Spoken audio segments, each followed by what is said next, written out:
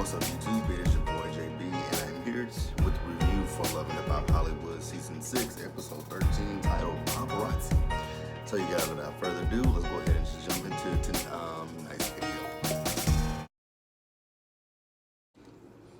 Alright, so we'll start where the episode actually opened up with. So, remember last week it ended with Tierra Marie showing up at Zell and Paris's place. So Tierra lets us know that she is back from New York. You know, she said she's been out there working on a new record. I'm like, you always working on music. I mean, we hear her music, but it don't chart. It don't do nothing. But you know, if Tierra's want to work on music, go for it. I feel like this is a big setup for Mona to bring her back on the show, which we desperately need her back on the show. And then, you know, they talk about her latest incident with her driving, with her up there in New York, driving around with the car with the on three wheels, and then it was on its rim, and she had the Four Loko. They were talking about that. Now, my thing with Tierra Marie is I hope that Tierra gets her life together, because when I read this story, I was like, wow, like, you were that drunk that you didn't know that shit was going on? Like, craziness. But like I said, I just hope that she gets, you know, her life together. I really, really do. Because I like Tierra, and I think Tierra, you know, can do good on the show. Well, not on the show. The show's not good for her, but I just think Tierra needs to kick her drinking, kick everything that she has going with her, and just figure things out. So that's my hope for Tierra. And I hope she pays 50 Cent back, because I get so sick of him. But, you know, that is my hope for Tierra.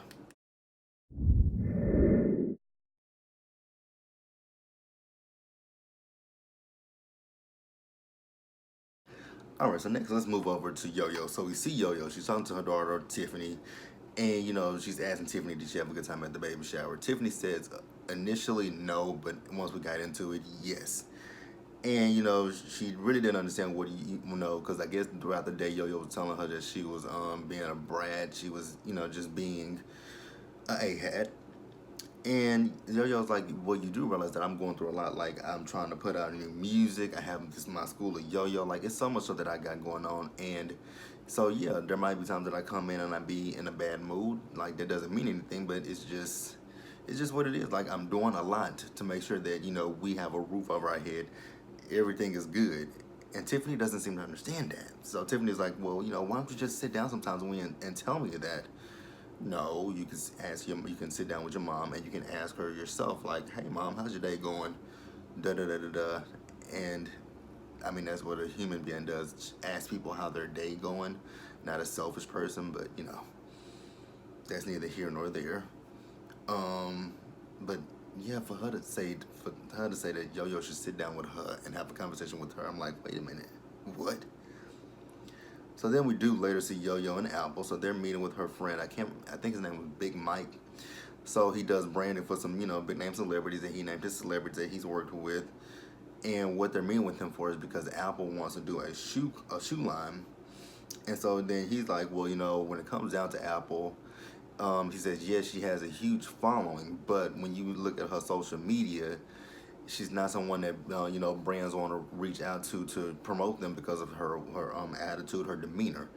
And I mean, I guess I can understand that, but she did make a valid point that it's okay for Cardi B to do it, but it's not okay for her to do it.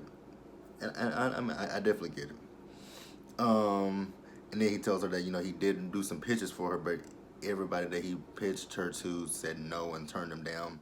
So he said for him right now it's going to be a no. And like I said, I definitely understood where Apple was coming from on the spectrum of it's okay for Cardi B to do it, but when I do it, it's not okay. I mean, like I said, I get it. But we're gonna move on.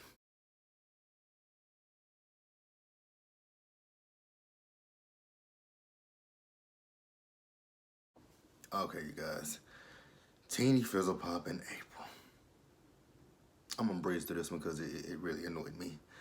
So Teeny Fizzle Pop, you know, he is fresh off the heels of the tour. He has money in his pocket, and he is fresh off his relationship announcement with April to themselves. But you know what? Since they've been public, you see them all over social media. You see them on each other's social media. You see them on the Shade Room. You see them everywhere, and it's just like, what the fuck? They're like roaches. They won't go away. So you know, So with this, they he's looking for a new place to stay. I'm like, okay, so now he wants April to move in with him, and I'm just like, oh, why? And I know a lot of people, I know people try to say, why do people care so much? It's not that people care per se, it's the fact of what they're doing and how they've done it. Like, Teeny Fizzlepop, he was in the group with Omarion, so like, you have been in close quarters with this dude, and now you with his baby mama. Like, you could have had a conversation with him, like, hey man, hey me and April, we like each other. We didn't expect for things to go this far, but I'm being man enough to come to you and say, hey, I like her, she likes me. We're gonna see where this goes. It's no disrespect to you, XYZ, but he didn't do that. They went the whole route of lying, saying, "Oh, we're best friends, we're best friends, we're best friends," to now say, "Oh, we like each other." Irritating. So then we see Zell. So Zell, he takes his messy ass and he meets with Penguin, and Penguin is Jason Lee. So he talking about he got this hot tea. I'm like, that is cold tea. No one believed April and Teeny Fizzlepop when they said that they were best friends. But he has pictures, he has a video. You're not telling us anything that we don't 100% know, but whatever, Zell. Whatever floats your boat. Whatever Mona tells you to say in that script. Cool.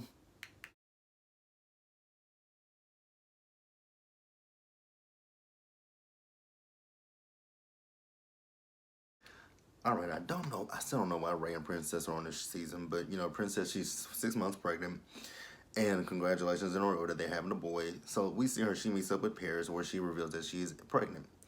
So they're talking about Vegas, and Princess was Paris was like, you should have came out there.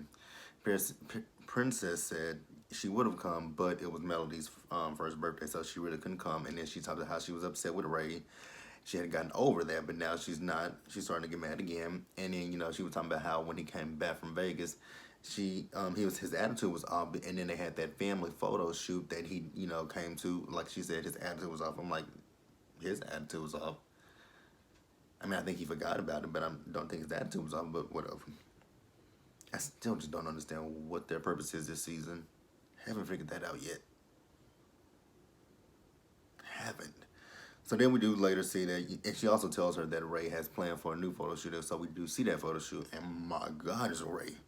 Ray with that big pot belly, that back, the tits, like he look like he pregnant with Princess. So he does apologize to Princess about the first shoot, and she tells him like she wants him to be more present. He's like, okay, got that. And then they talk about the tour, and she's like, well, can Melly come? He's like, yeah, she can come. She can have her headphone, her little earbud, her headphones on that she doesn't hear anything. And you guys can be in a different room from the people who smoke weed and all that stuff, so you guys are good. But we also do know, I think I saw it just yesterday or the day before, that he had dropped out of the tour, so no tour for Ray. And we're gonna move on to the last one.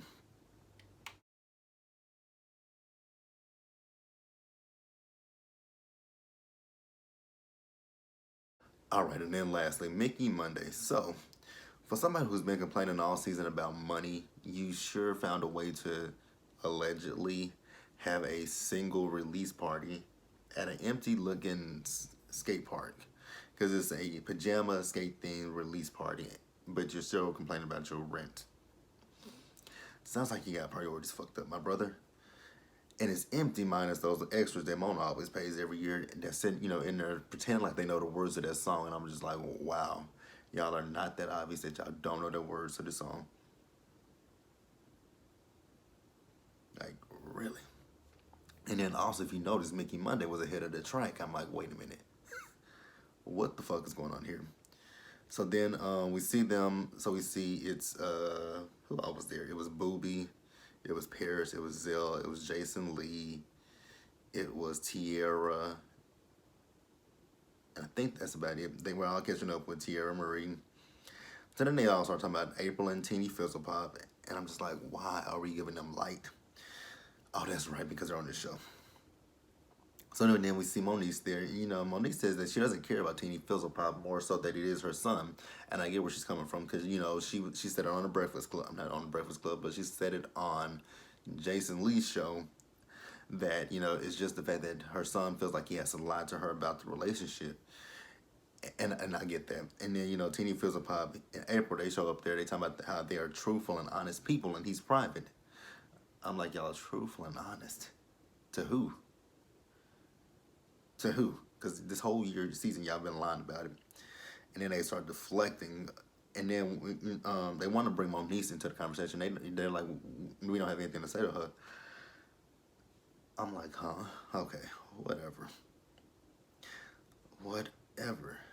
And my thing with Tina Fizzlepop and Moniece brought that up is like anytime he dates a new woman, the woman always feels like she got to come at Moniece. Like, who's come at Moniece? That first season, what was that girl named Amanda? She came at Moniece, called her crazy. Miss Nikki Baby, Tiffany. So the list goes on, and he never protects his baby mama. So I definitely get where Moniece is coming from. But you guys, that was the episode. Wasn't really much, but actually this whole season hasn't been much at all. But be sure to like the video, leave your comments, subscribe to the channel, and I will see you guys later.